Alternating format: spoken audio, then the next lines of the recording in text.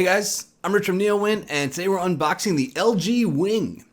And if you're unfamiliar with the LG Wing, I don't quite know what you're doing watching this video, but I'll tell you. So as the box says, it's the world's first 5G swivel smartphone. So what does that mean?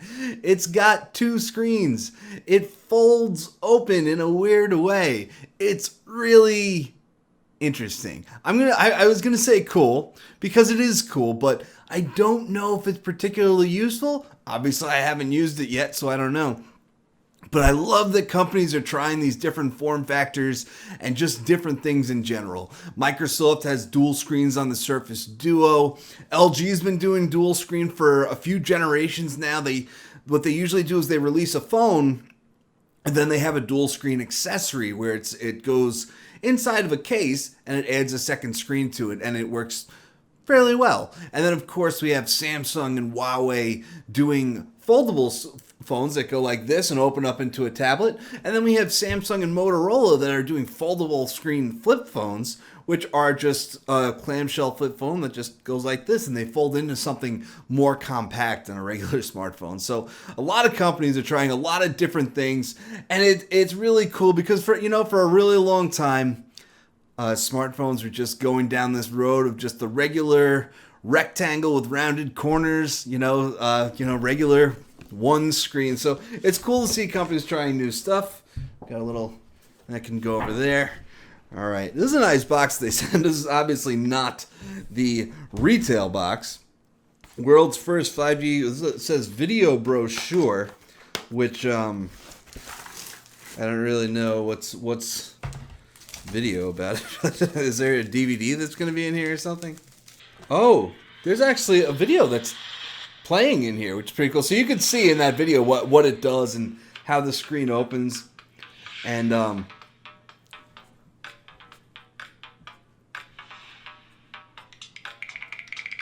yeah. So it's got a 3.9-inch OLED secondary display down there.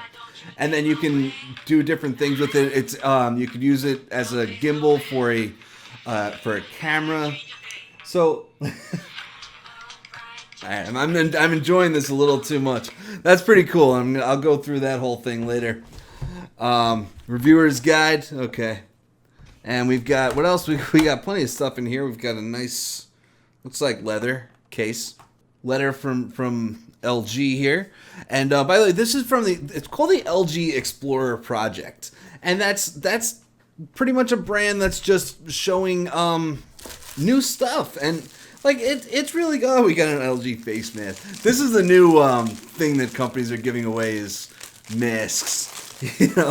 But it's cool seeing LG especially kind of trying to push the limits of what they can do, because LG for a while was almost kind of stagnant in that area, and I remember when they unveiled the V60, and they were so proud that they didn't make a black model, because really, like honestly, like everyone knows, like LG doesn't sell the most Android smartphones. Samsung does, obviously, and So carriers want certain things, and carriers like to sell boring black smartphones because it's easier for inventory, it's easier for them to push on customers, whatever. They were so proud they didn't have to do a black one on the V60, And then they did velvet, and they started to come out of their shell, and so now we've got the Wing. So let me grab my knife here because this is actually sealed. And inside the package is going to be an LG Wing, pre-installed SIM card. This is a Verizon model. Embedded lithium-ion battery, wall USB charge, Type-C to 3.5 millimeter adapter, SIM eject pin, quick reference guide, product safety and warranty stuff. All right. Here is the device. All right. And it looks just like a regular smartphone. It is big and bulky. I might have to put it next to the LG V60 just to see. So you can see, here it comes. There it is. There it is. I haven't even turned it on yet. And I'm surprised at how thin this top display is, because really, yeah, it feels just like a regular smartphone. And I mentioned the V60 because the V60 was actually very big and bulky on its own. So we've got a USB Type-C charger here. This is 15 watts. Wait, might be 25 watts. I don't know. I'll have to look at this spec sheet later. We've got a Type-C to Type-C cable. And then there's that. And yeah, there is that Type-C to 3.5 millimeter audio adapter. And that actually catches me by surprise because it took me a second there because so many companies are shipping those. I'm like, whatever. But actually thinking about it, this might be the first LG device to not have a headphone jack. LG has actually put a significant amount of effort into its headphone jacks. It uses a 32-bit hi-fi quad DAC in most of its phones. It's been using it for a few years. And I'm surprised that, like, they were one of those companies I thought would just never get rid of the headphone jack. But here it is in this one. Now, that doesn't mean it's going away in its mainstream phones, but it's not here. All right, guys, there we have it. So, yes, if you look at it like it's a regular phone, it is pretty thick, pretty heavy, pretty bulky. No surprise there. I mean, it is two screens. You got to remember. I mean, I haven't reviewed the Samsung Galaxy Z Fold 2 or anything, but I assume that it's around the same thickness. So we can just flip this open, and here we go. Now, introducing Swivel Home. So this is, I don't know, kind of how this works. And there's a little bit of a tutorial here, swivel mode. So I guess that, yeah, there's going to be icons on the bottom that we can, second screen apps we can find in settings. Oh, this is cool. I like this. Oh, that's nice. So we got Asphalt 9, Gallery, Camera, YouTube, and Maps. Oh, and we can add more. Oh, we could add plenty. Oh, cool. I don't see LG's. It's called like Whale Browser or something like Naver Whale Browser. I don't know. But let's see. We can go back home. Oh, okay. So we got a few. So anyway, we could go to Maps here, and we could actually use this for navigation, stuff like that, and the second screen can actually be useful. So like if I type up here somewhere that I want to go, we could say I want to go to, I don't know, Texas Roadhouse. So now like I can pull up YouTube on the bottom, and I do not want YouTube Music Premium, but so now I can play with music, and I can have this up in my car, and these things love to talk. But yeah, I could have this up in my car. I could play music through here, and then I could, have navigation up top. So that's one use of the dual screen. I'm like figuring out how to. I've been briefed on the things that we can do with this. I'm just still kind of learning how to do it because obviously this is my first time using this device, right? So is the camera mode. So we could turn on. So look, so this is the gimbal mode, and obviously it's an LG phone, which means pop-ups left and right that we got to click through. But it is helpful in this case. Move the joystick here to change the focus. Lock button. See, the next button is grayed out because I have to go through a pop-up here. Oh man, it's brutal. So yeah, you can see we can move this stuff around. That's what happens with a gimbal. It's pretty cool. That's probably the thing that I'm most excited about on this device is this gimbal mode, and I'm a little frustrated that this pop-up won't go away. Got it? Oh, okay. Try touching the reset button. Okay. And got it. Oh, we really got to click through all of this tutorial just to use. So you got pan follow mode. That's another thing. It's really cool. It's good stuff. And if you like camera stuff like that, that's really cool. And also you can record video and stuff, and just holding like this, that's a stabilizer in itself. I'm gonna say it again. It's really cool. All right, so I am still trying to figure this out. So those are a couple things you could do with it, right? Because you have the Oh, we're back to introducing Swivel Home. LG loves their pop-ups. I mean, I gotta say, they love their pop-ups, and they have terrible software, but some interesting stuff on here, I gotta say.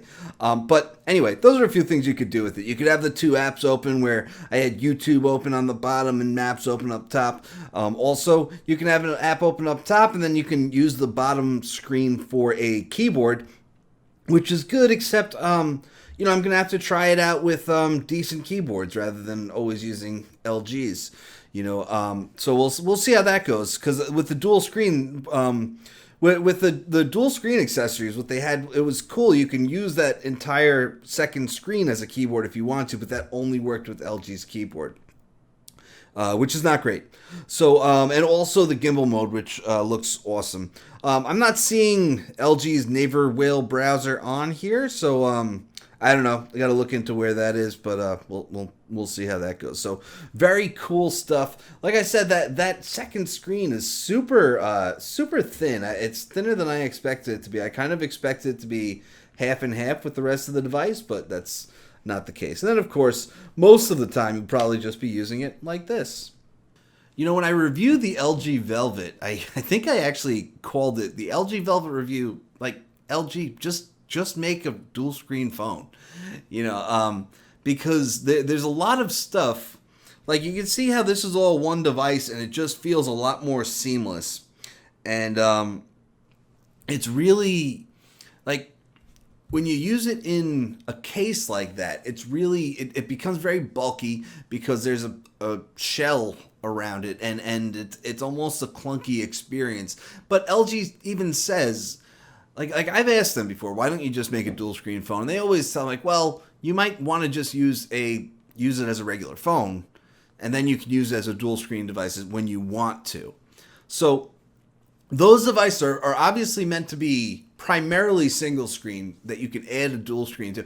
It's very weird to me because you're not just going to carry that case around regularly, But now this is clearly meant to be more part of your lifestyle to be dual screen, and I can see this happening a lot in the car. Like, I drive a lot, with a clip in my car, and I just put it up there. So what I could do is I could put Maps up there, and then I could have it in that same clip, and then I'd be able to do two things at once, which is pretty cool. It's going to be interesting to use and try to work with this stuff. I got more pop-ups to clear away because LG. See, I got settings open. I just had a notification with the little number 1, so I assume that there's something that I have to check. Usually it's a system update. This is a Verizon model. It's available on all major carriers, which is cool. Like when LG announced this, I kind of expected it to be like a concept type of device where they announce it and like, yeah, you could buy it, but you got to jump through some hoops, or you got to spend a lot of money. You got to buy it unlocked. Like, no, this is out there. It starts at $9.99, which is not too expensive at all. That's very cool. And you can buy it. It's got a Snapdragon 765G, which is great. I've used the 765 on a number of devices now, and they're fantastic. It's most people don't need Snapdragon 8 series unless you're gaming or something, and this is obviously not a gaming device. You'll be very happy with it. Okay, supports millimeter wave and sub 6 because this is the Verizon model. I assume the others are sub 6 only because that's how these things go. What else we got? Both POLED screens. That primary screen is 6.8 inches. Like I said, Snapdragon 765G, 64 megapixel main camera. You did see there's a triple lens camera. One's telephoto, one's ultra wide. As always, 4K 60 FPS video recording. Good stuff. Weighs in at 260 grams, so this is not, a light phone. And it's 10.9 millimeters thick. So, that's almost half an inch. So, yeah. So, I don't know. I'm going to have a review on this in a few weeks, and I'm going to live with it, and we'll see how it goes. So, stay tuned. I'm Rich from NeoWin. Have a great night.